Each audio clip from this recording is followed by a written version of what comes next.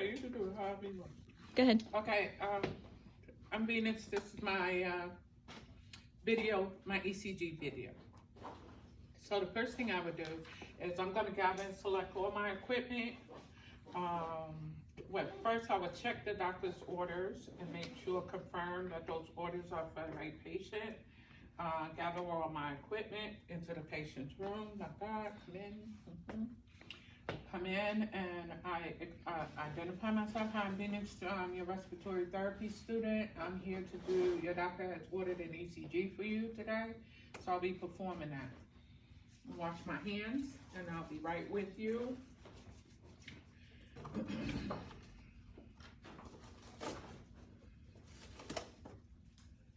My gloves on. And then inform the patient about the procedure.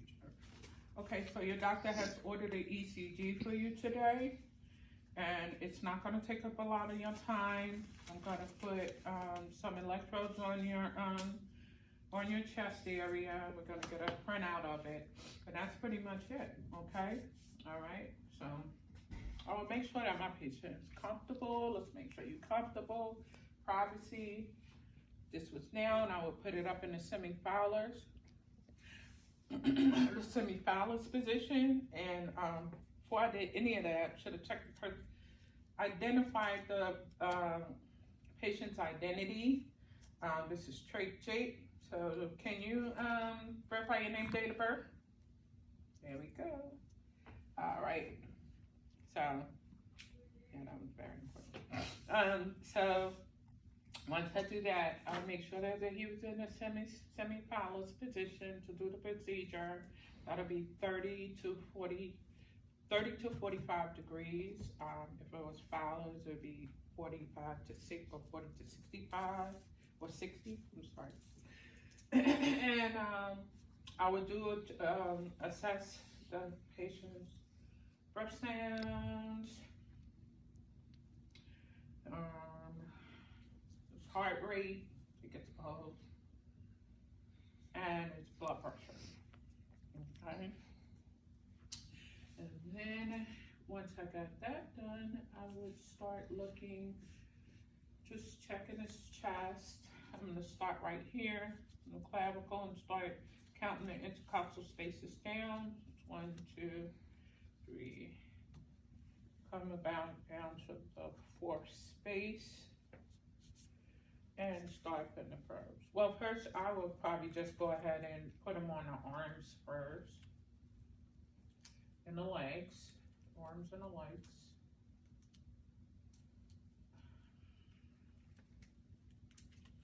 And then I would start to count my spaces down.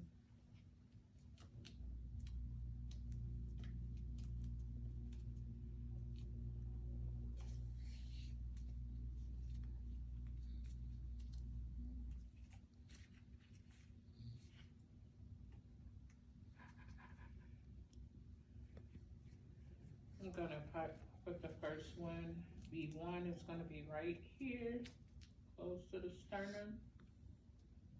And then like at the border here, above the xiphoid process. One on the other side, that would be my B2. I like to go ahead and put this one right here, the mid-axillary. And I'm just gonna it's hard to find the spaces here on this particular patient. So I'm just gonna kind of follow this breast line here. But always trying to make sure that I'm putting them in the right places.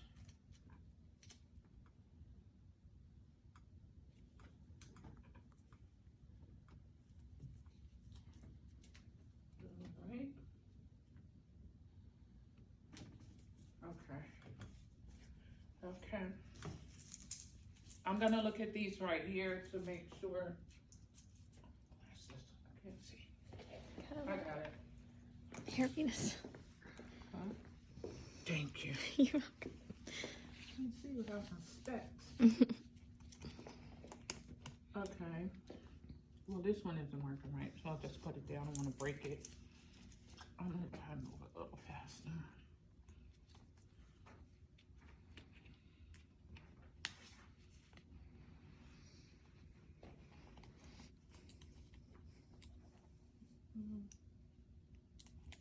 Okay, that's gonna be up there.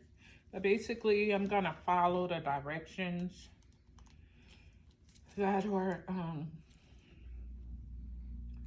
right here on the actual probes, and that will be how I put them in.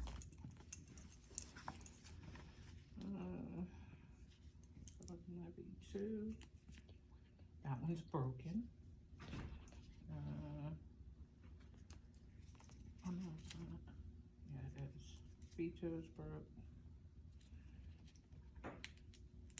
So basically, just following along. You're good. You're good. With the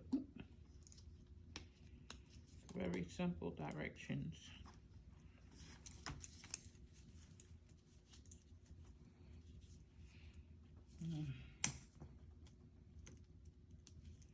Bear with me, Mr. J, because I did say this wouldn't take long.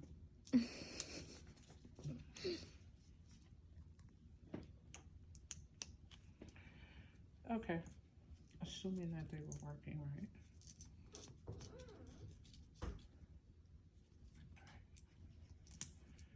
Okay, all right, and then I would come over here. I would turn the machine on.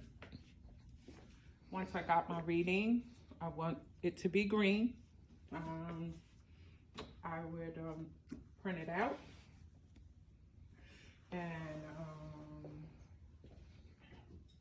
once I print it out, I'll make sure that it was clear and make sure it was readable, and I would analyze it, and then turn the machine off and begin to remove these from my patient.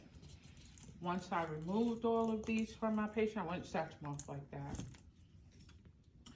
I will go ahead and remove these. I will clean the patient's chest off. I will make sure that he was, remove all the equipment away from him.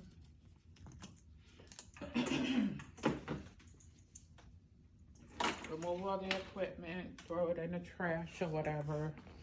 Make sure that clean his chest off. Do post respiratory rate, heart rate, and breath sounds, and then I would make sure the patient was comfortable, okay, and just remove all of my things and chart any things that need to be charted.